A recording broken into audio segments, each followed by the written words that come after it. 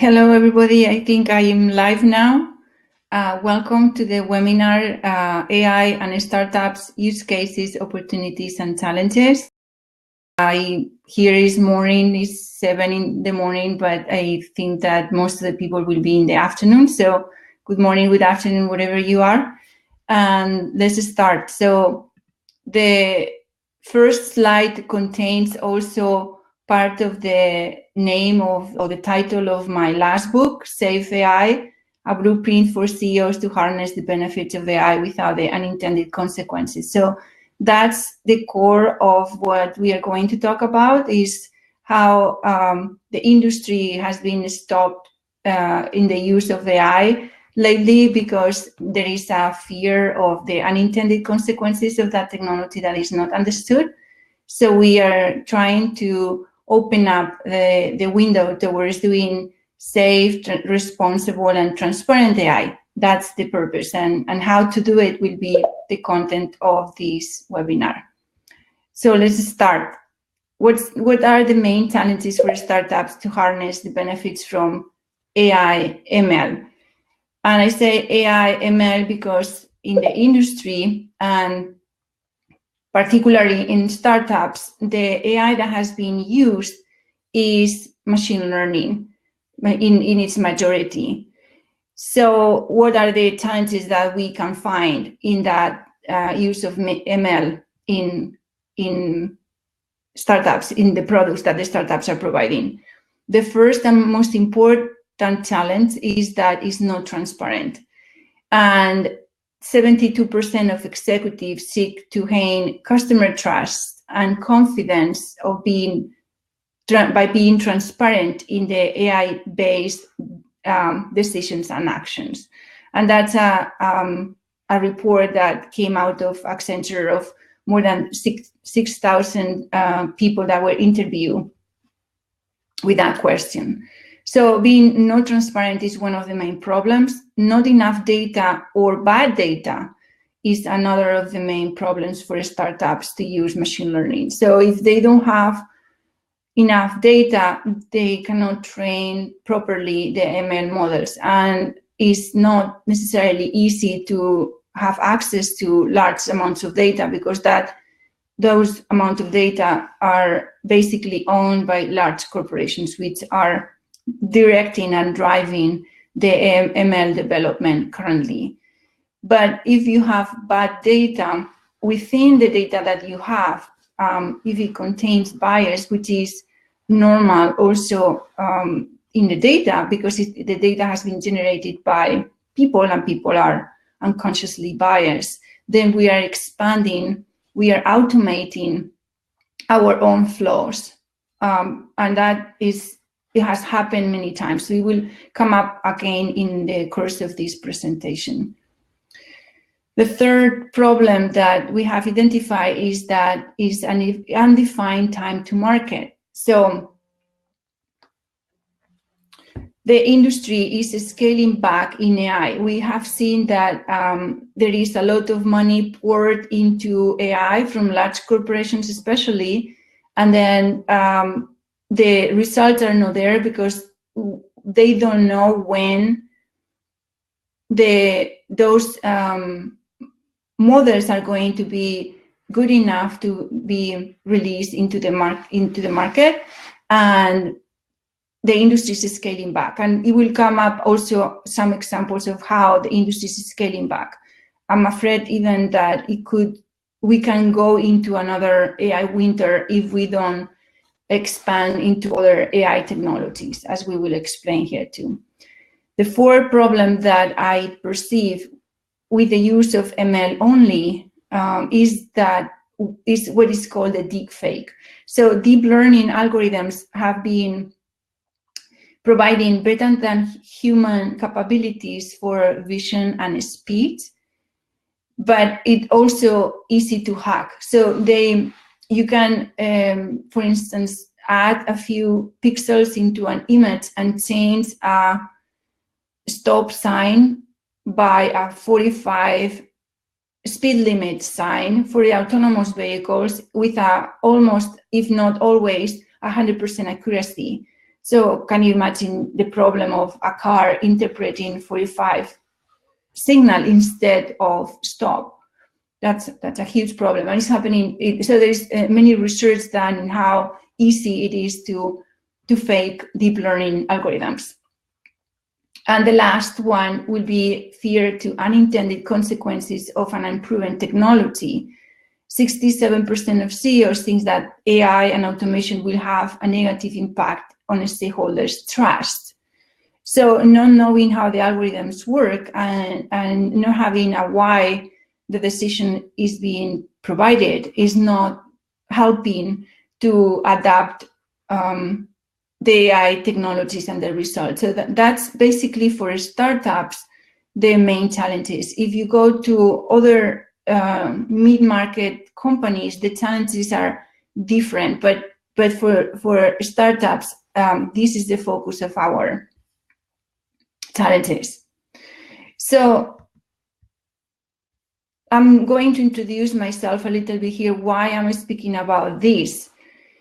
I'm a PhD in artificial intelligence. I've been doing AI my entire professional career. First in academia, I was a professor of AI-related subjects at universities in Europe and the US, the head of a research group on cognition for robotic research. So basically cognitive AI, non-machine learning into service robotics. That was the area of research that I did extensively when I was in academia, with 4 books, more than 100 peer-reviewed research articles, and awarded. I directed also 2 PhD theses on cognitive vision. So I work extensively in research in academia.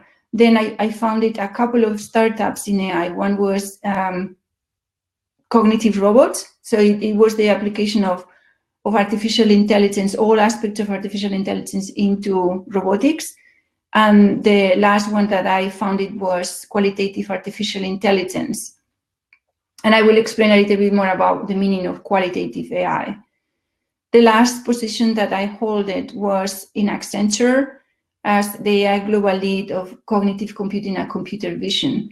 And I recently, the last month, I left Accenture, and I am an independent consultant helping mid-market firms, startups, and investors to understand AI in a more expansive way and how to use it to harness the highest ROI from AI without the unintended consequences. That's my passion, and that's what this talk is all about. So that's the reason why I'm talking about this, is because of my experience. So let's start with the content of the presentation.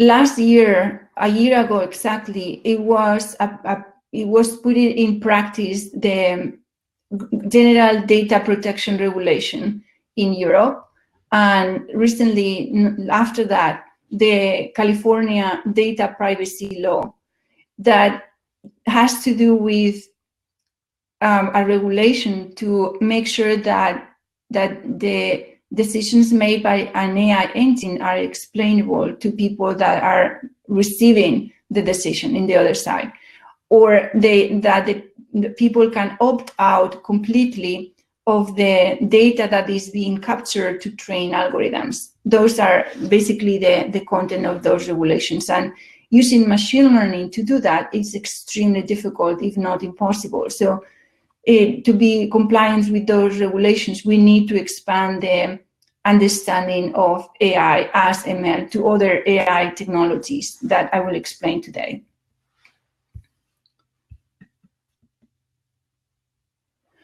So the value of AI in 2030 has been defined by visual capitalists as $15.7 trillion.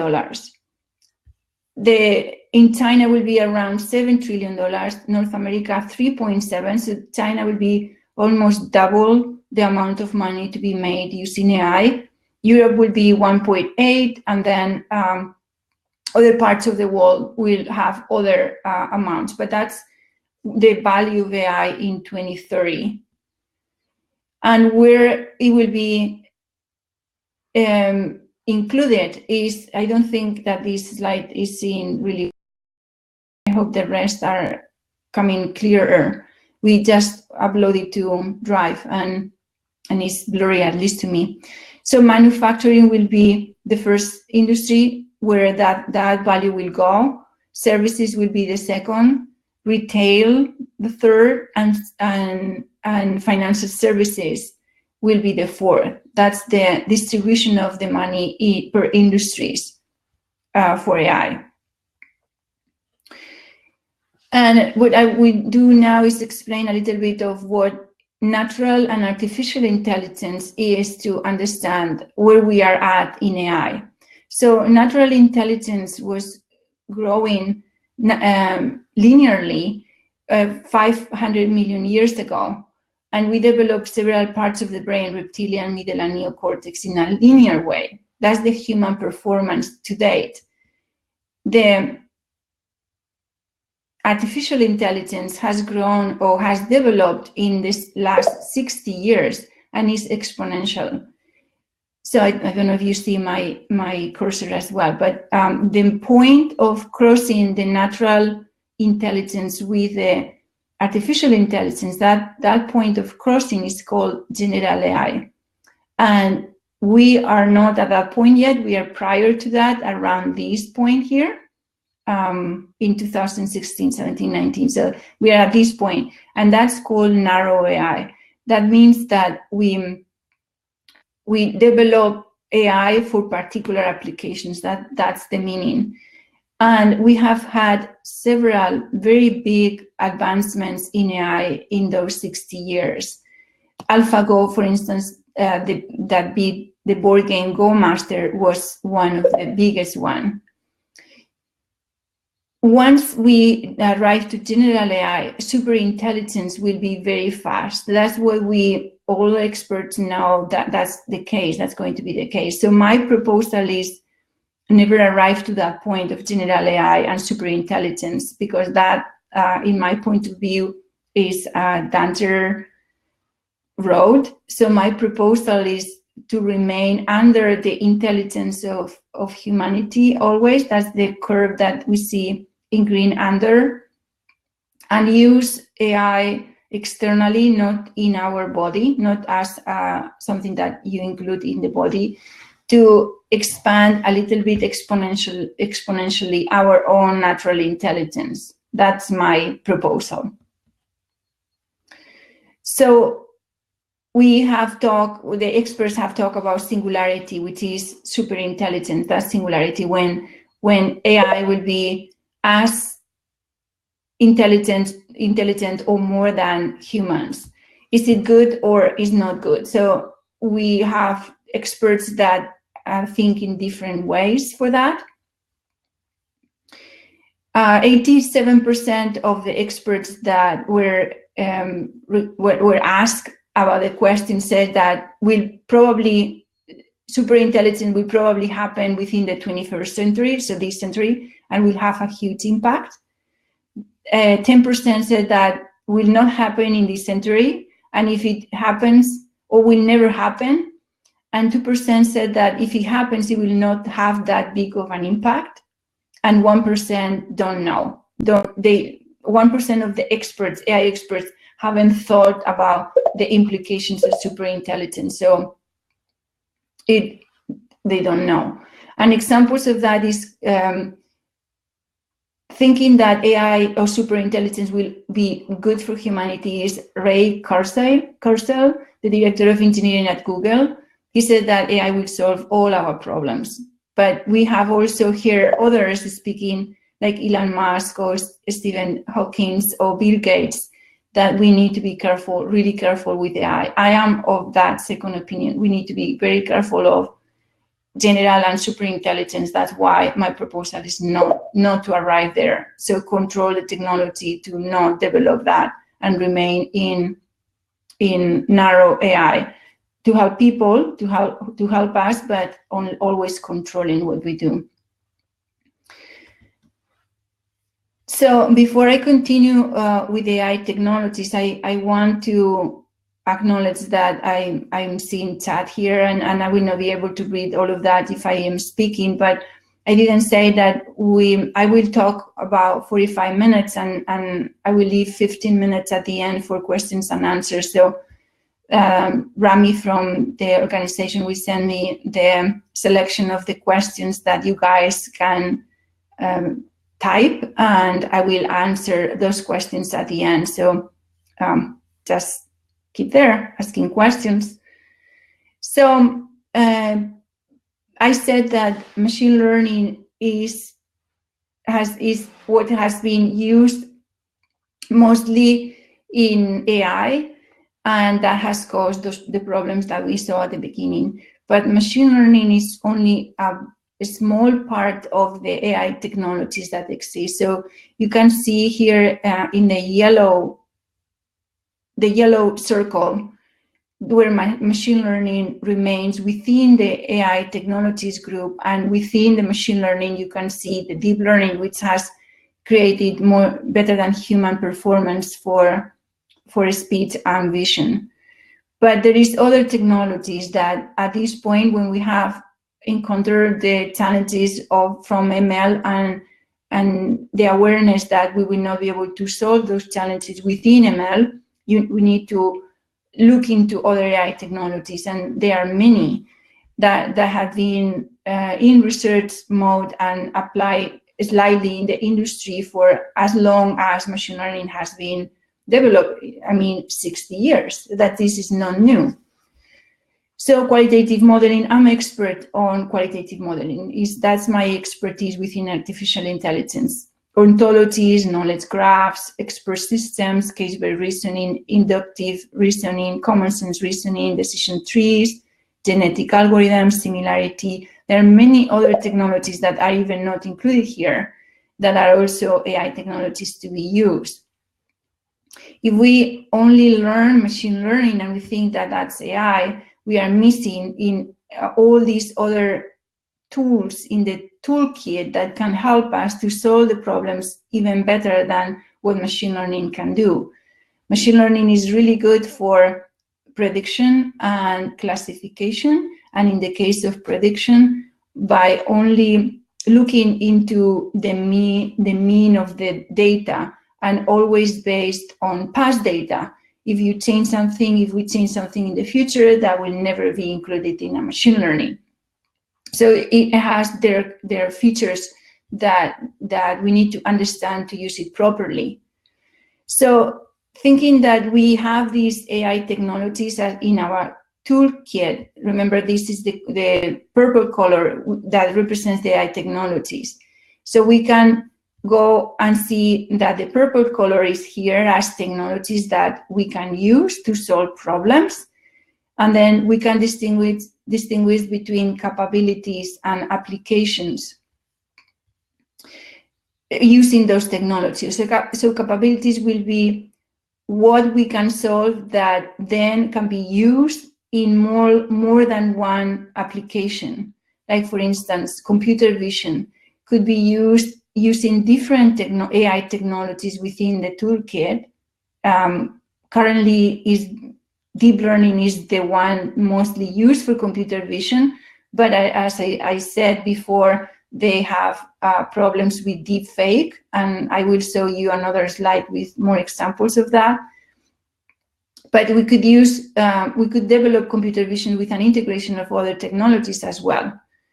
Virtual and augmented reality will be another capability. So you can develop that with different technologies and then use that for different applications.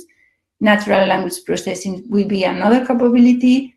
Edge computing is bringing intelligence to the IoT device, to the edge, will be another one. And IoT in general will be another capability. I'm sure there are more than the ones that I define here, but at least those are examples. So we can use a combination of AI technologies, or even change from one technology to another of those capabilities. And then the applications will be how I combine those capabilities to develop and solve problems. And that will be the use cases of the title of this webinar, starting with use cases for AI for startups, will be these use cases that we see here in the application. So, for instance, we can do precise agriculture, how to use IoT devices and even service robotics if we want to have automated completely the process of precise agriculture. We will know what is happening in each one of the areas, and then we can act on it. Or highly personalized services for any point of sale in retail, or even selling through the phone or wherever. We can know each one of the users really well and provide those services personalized to them, or the offerings personalized to them. Autonomous vehicles is another example, and that's the industrial application that has used more AI in the industry than any other. Autonomous vehicles is the one that is most advanced. So anything that is happening in autonomous vehicles will be like a way to measure how AI is doing in the industry, because it's the one that it is where most money is being thrown at. So it's very, it gates the use of AI. Precise transportation, so we can see edge computing inside the tracks too, and also blockchain to define where the track is and how it's evolving in the process of transporting things. Digital twins and for equipment maintenance. So we can define exactly the equipment, the large equipment that a company might have, and have a digital twin which represents the same, the physical thing, which is the large equipment in digital, and detect when the maintenance has to be done, even before the problem has happened in the physical equipment. And when it's very expensive, the equipment is very expensive, and the time of stopping for maintenance is also very expensive. That's very useful. Automated warehouses. We have seen how Amazon has automated their warehouse really well, to the point of picking. That part is still not completely automated, but all the moving of the objects within the warehouse is automated. And so on. So there are more examples, and I'm sure that I don't have all of them included here, but at least you get the idea of what an application is. You use a combination of capabilities, which at the same time use a combination of technologies to solve the problem. That's what it is. But we have to have the ability to change the technology when there is a technology that acts better than others, or at least distinguish which ones are better than others. Using only machine learning as the only technology that exists in AI is not the right answer. It could be, it provides lack of transparency, but it also might be too overkilling for what we want to provide. So be careful with that. Okay, so I have a slide to explain what a neural network is. I don't know if everybody will know that already, but it's worth it to go over in a general way to understand why it's called a black box for those that don't know anything about neural networks, which is basically what is inside, or is machine learning, is neural networks in different ways. So neural networks are slightly based on the physical neurons that we have in our brains, in the human brains. We have 100 billion neurons in our brain that looks like this. The neurons have dendrites that receive the information from another neurons. Then that information, which is an electric impulse, is transmitted through the axon and to the buttons to other neurons, and that's the way we transmit information in our brains. So this similar structure for computers is called one neuron, which is represented down here. We have inputs here, which will correspond to the dendrites of our neuron. It could be, for instance, images coming from the camera of an autonomous car, those inputs. Then we have weights that measure the value or the importance of each one of the inputs for this particular neuron. And we have a calculation inside the neuron. It's an addition of a multiplication of the input with the weight.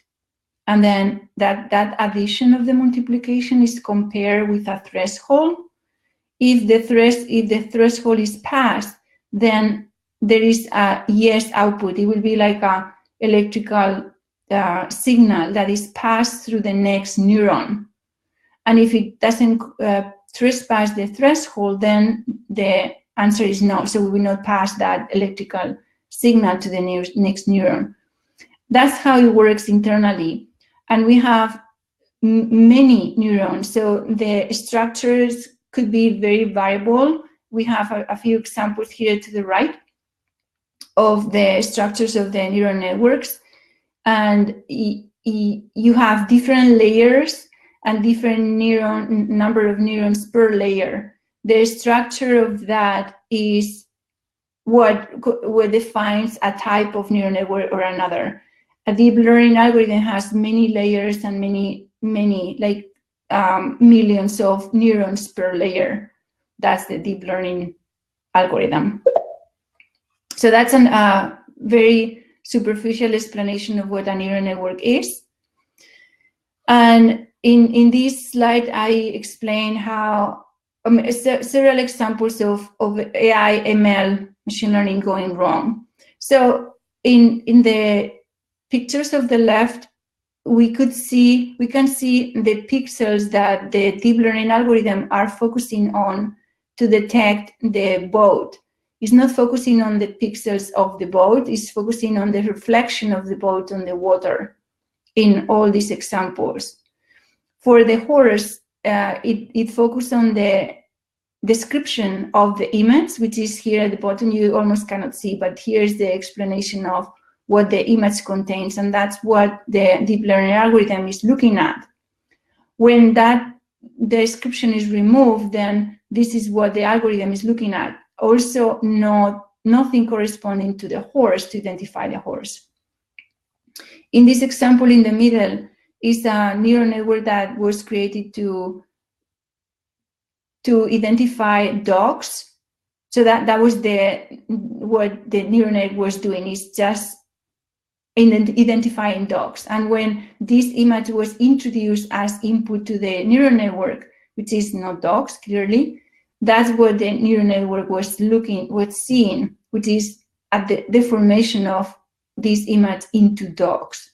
That's what the algorithm was seeing.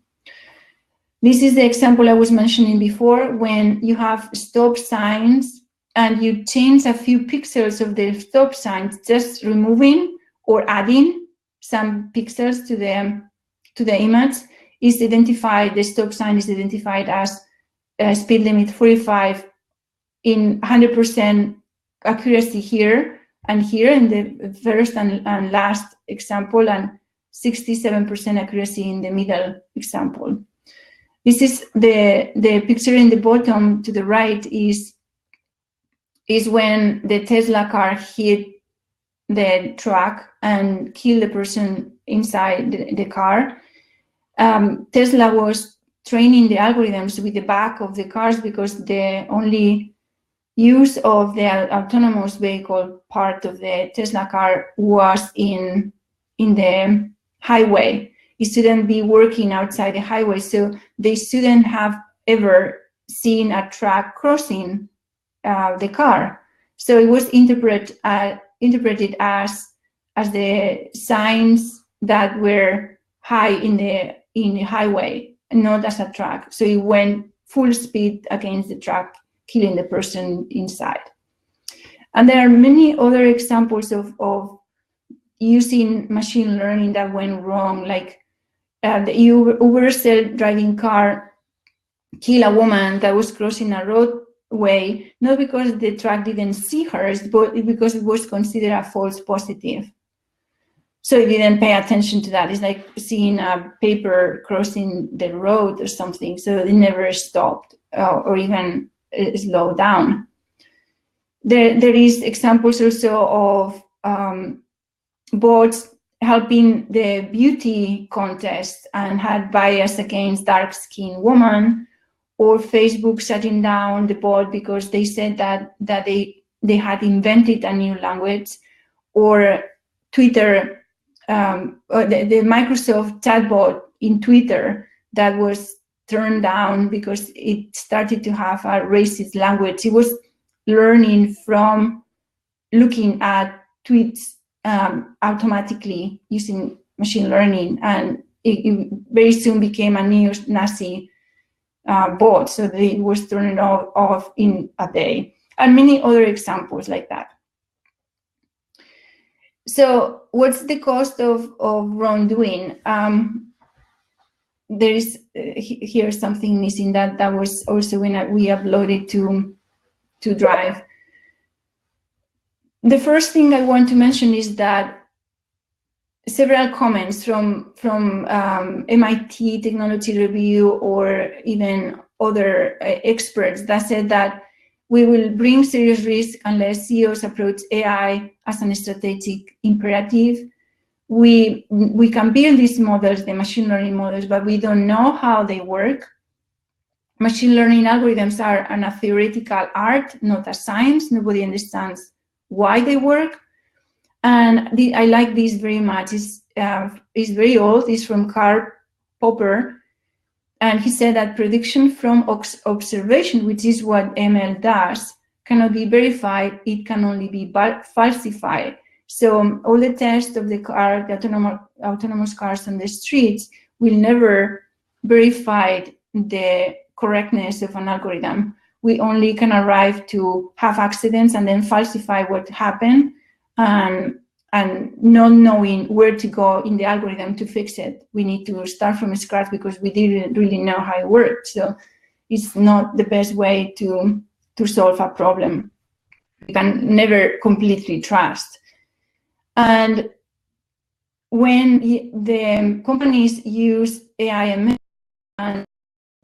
and they don't have a proper risk plan to what might happen with ML, the brand can be very much affected by the result. And I put several examples here of the value of the brand. For example, Apple has 21% of the values company correspond to the brand. Is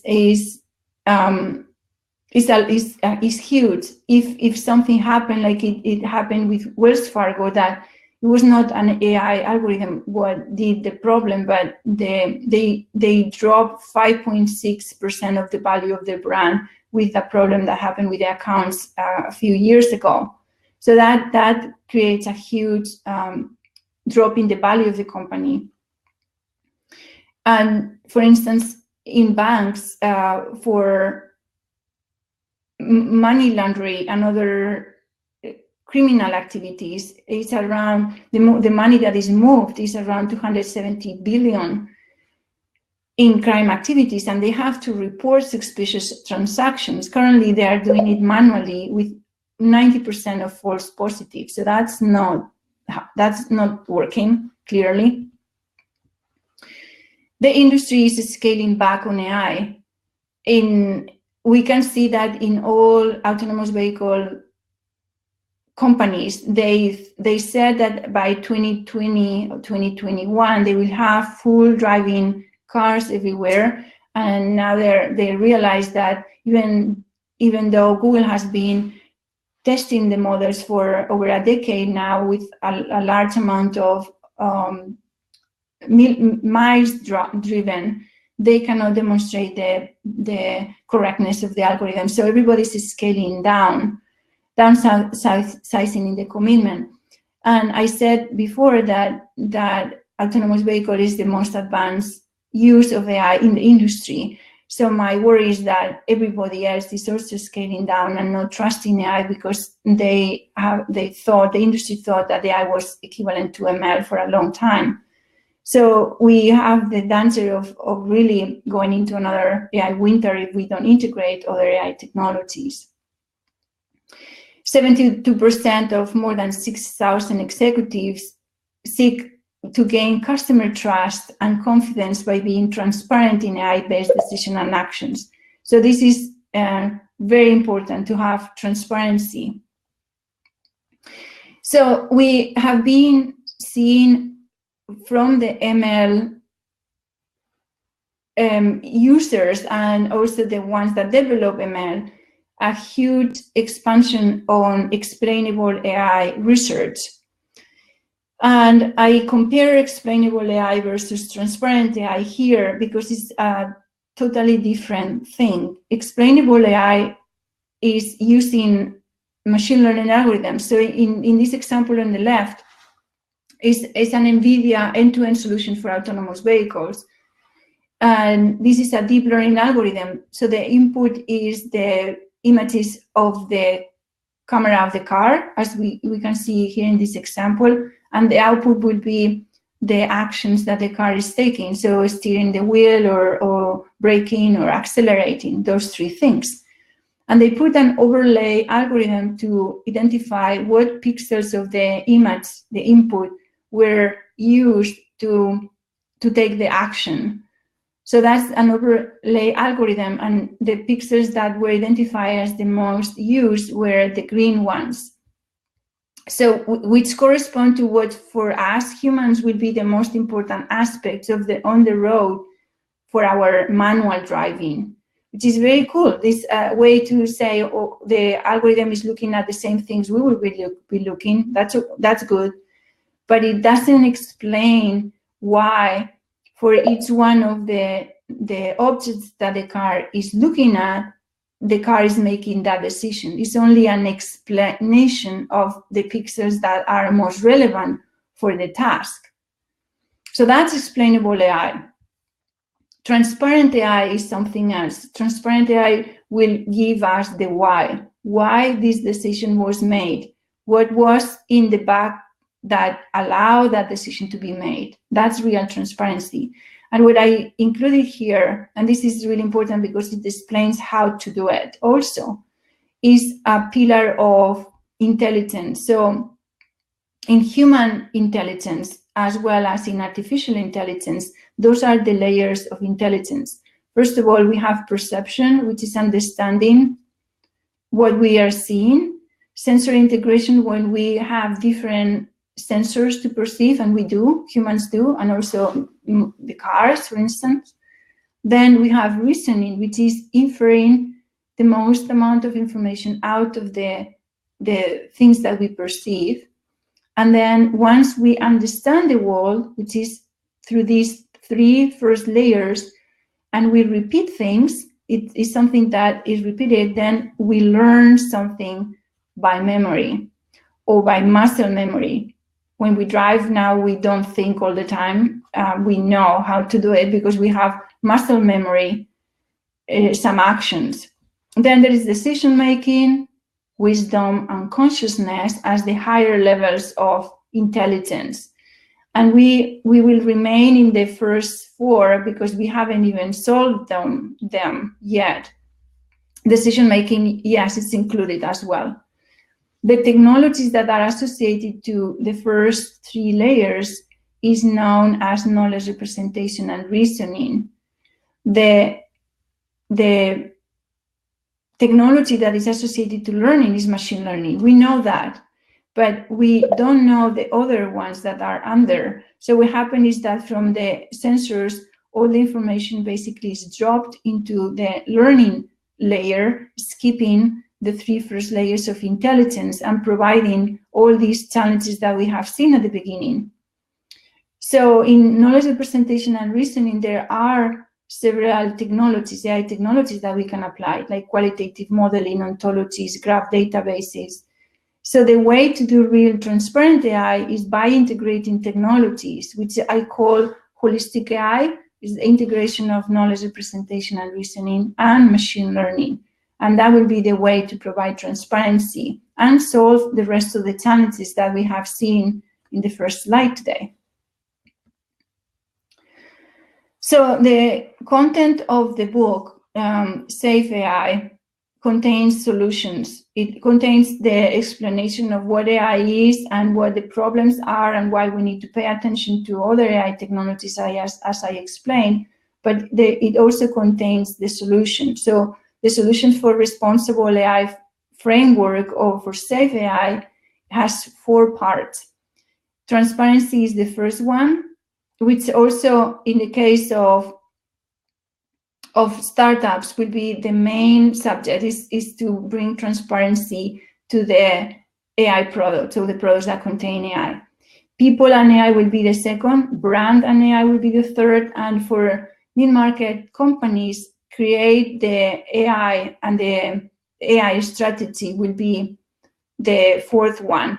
For startups will be what are the steps to bring transparent AI into the product, and I will explain that now. So examples of transparent AI.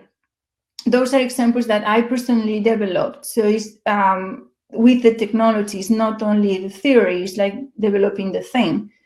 The first one is transparent autonomous vehicles. So we developed a module that is inserted within machine learning algorithms to define what the car is seeing and why is creating the decision that the car is creating with the context of the other cars around the autonomous vehicle. And it gives the explanation here is the context. The car is turning to the right because, and it provides the content. And the second example is DNA sequencing with not stable data. So in this case, it was a startup that didn't have stable data. So this is the problem of not having enough data. What do you do when you don't have enough data? They tried to use machine learning algorithm twice and failed. And with qualitative modeling, they had a software that they could show to investors to move on into the next phase. For people and AI, and I'm going to go a little fast right now because I know I have only a few minutes left, so you can ask questions. We need to develop always technology, always AI that enhances human capabilities, being very careful of not alienating anybody. So that's the way to define. That's the picture I have here. If AI would be the dragon that make us fly, that is a good development. Otherwise, let's not do it. For your customers, if you use ML only, we need to make sure that we train the models using unbiased data. So using technology to define if data is biased or unbiased is a must. We cannot train a model without doing that because then we expand our own flaws. And then once the algorithm is being deployed, we need to continue monitoring the behavior so we make sure that is behaving as intended. For our employees, and that's for large corporations more than for startups, we need to help them transition from where they are at to using AI within the corporation. And we all are going to be displaced by technology at some point soon. So having an executive coach to help them with that transition will be useful. For the brand, once we have AI out in products, we need to monitor the brand sentiment analysis and have a brand risk plan to act if something goes wrong with AI. And we need to make sure that we comply with regulations, especially the GDPR and the California Consumer Privacy Act, even if you are in other countries where this is not yet established, it will arrive soon because you only have to see the bad behavior of AI to realize that it really can go bad. So let's not do it to start with. So steps to use AI in your startup, that will be how you create AI in your products. So that's the few steps that I created as an advice. First of all, forget about technology. Once you understand that you are going to use AI or any other set of technology to solve the problem, forget about that. Don't start thinking about the technology that you're going to use, but focus on solving the problem, bringing the highest business value. That's the focus. And then use the most appropriate technology to solve that problem, but not the other way around, as I've seen a lot. Another hint is that I hear from investors that all software startups have to have AI in their roadmap to be even considered by investors. So having a software startup and not having AI included in the roadmap is not going to cut it. The fourth is use lean startups. So solve first manually to your client's sell, and then when you have demonstrated the value, that's lean startup. I'm not saying anything new. Then automate the process with technology, the best combination of technology. The fifth one is offer transparent AI, not only to be compliant with GDPR and the data privacy, the right to explanation, but also to gain the trust of your stakeholders, your customers and your employees. It needs to be very clear the why of the decision made by the AI. The way to do transparent AI is with integration of AI technologies. I think I repeat that several times. So like the integration of knowledge, representation, and reasoning with machine learning is the way to do transparent AI. And this is I think the last challenges when implementing AI within startups. Your AI experts might only know AI ML black boxes type of AI. You have the question of, should we consume off-the-shelf AI solutions provided by the large companies or create our own solution? When you know that all off-the-shelf AI solutions that the large corporations provide right now are not transparent. They are all using ML. So that will be, use that part as much as you can if it is a good piece in your solution to the problem that you're doing, but you probably need to create your own as well to provide that transparency. How do we select talent? We cannot only select ML talent, otherwise we know that we are only going to be able to solve the problem using ML. So we need to expand and use some other talent that is not within ML with other AI technologies. And then the fourth challenge for startups will be the lack of experience of creating and protecting the intellectual property. I think it's very basic to be a real player in the AI landscape. You need to have your own IP. So to end, and then we will open to questions, is how to work with me. I am very passionate about transparent AI. I have a lot of knowledge to share with startups and with people. And I was thinking that two ways to collaborate would be to offer a course teaching other AI technologies to provide that transparency, so you guys can do it yourself. And the second will be selecting one startup that wants to implement transparent AI and include the AI in the roadmap product and the best combination of technologies available or new, the implementation and the IP protection.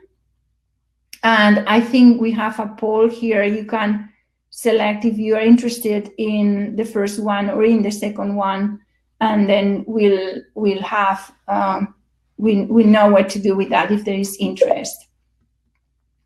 So I think I overran 5 minutes. We still have 10 minutes for questions and answers. You can find the book in Amazon.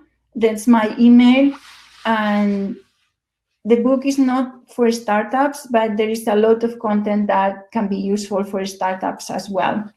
So I open to questions. I think Rami is sending me a selection of questions, so I'm going to check. Yes, I have already 5 questions. So let me start with the first one. I will read it and answer. It's a selection of questions, probably the ones that you guys have asked the most. So what are the opportunities that will be created in the following years in AI technology, and how will this impact non-trained or professional in this technology?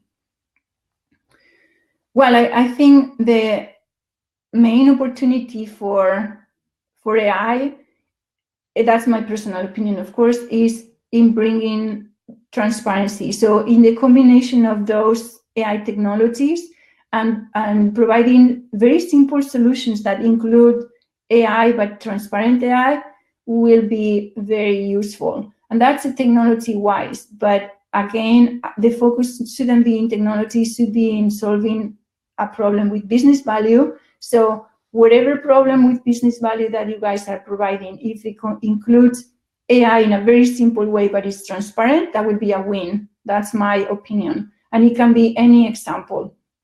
And they had a second part of the question. So the impact of non-trained professionals in this technology. Not everybody will have to be experts on AI. I don't think that's the case. But we do need to open the experts on AI to other things that is not ML only.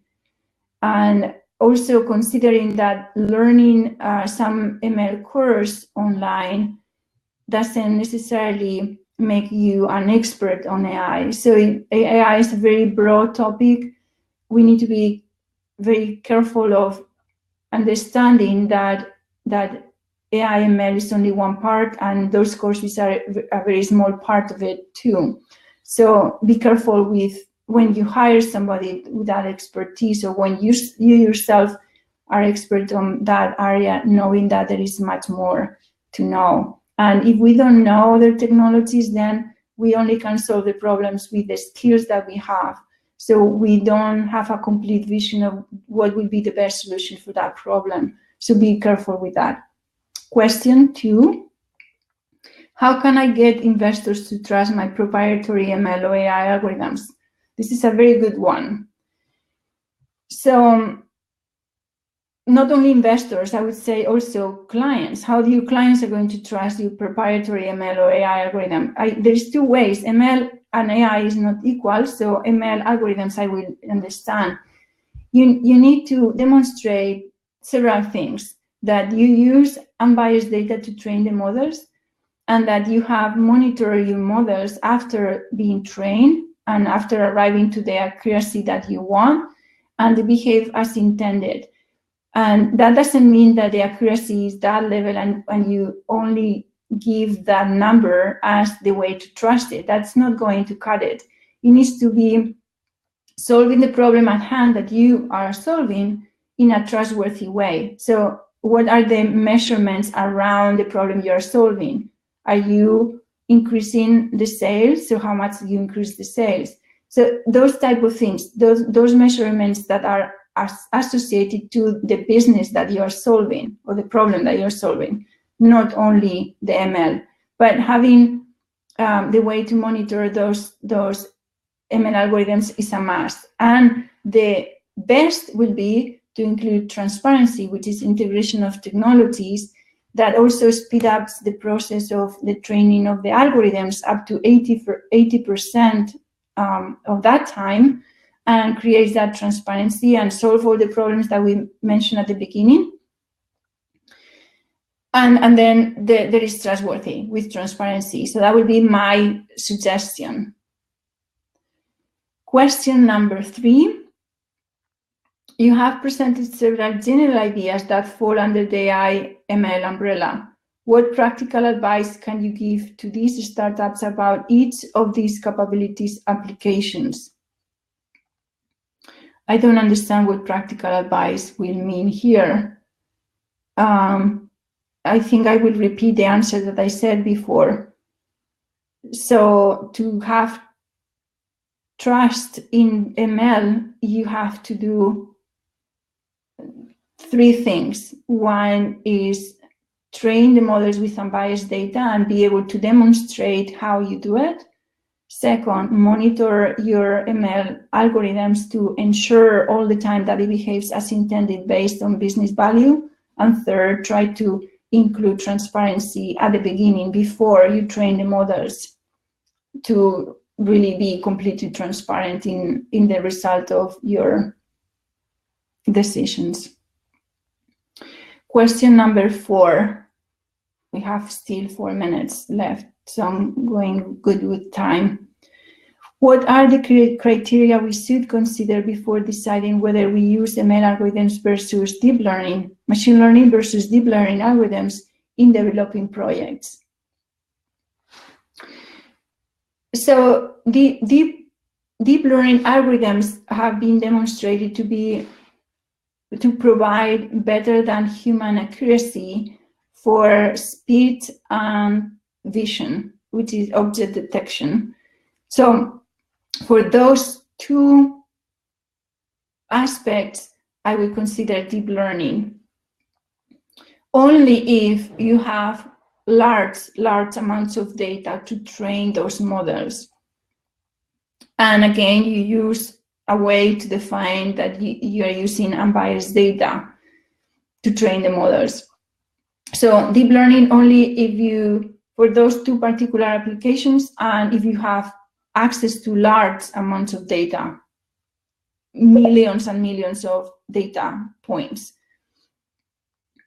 And even that, you need to be careful with the deep fake, which is the way to fake the outcome of the algorithm. So again, even if you use deep learning algorithms, I will make sure that it's also transparent.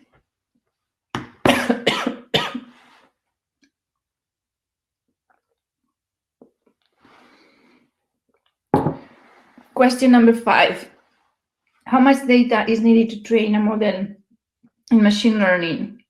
After training a model, can we understand how the model is making decisions?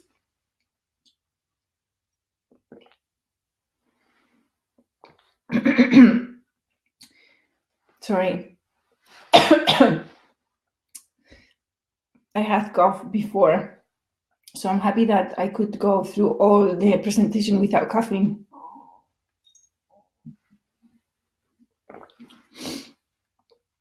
For ML, you need less amount of data than from DL. So thousands of data points, 2 million data points for machine learning, million to billion data points for deep learning. So more for deep learning than for machine learning. And after training a model, there is ways to explain things. Is that superficial explanation is not explained before. So really the why the decision is made, in my opinion, is not going to be completely transparent ever when you use machine learning only. And question number 6, and we will go over time then. IP protection is not totally protected in some Arab countries, unfortunately. What do you suggest as workaround solution? Don't open the explanation of what you do. So secrecy is the best way to protect your asset if IP is not protecting it. In fact, that happens everywhere in the world, not only in the Arab countries. So you have to have a combination of IP and secrecy to protect your technology, your assets everywhere. The IP is because you have value for investors. You can demonstrate how your company has value. But secrecy is always going to work for the rest that don't understand exactly how you do it. So a combination of both. So we are now on time. I really appreciate you guys attending. I will read the chat after the session has ended, and I hope that was of value to you, and please answer the poll and see if there is anything else that I can help with. I appreciate your attendance. Bye.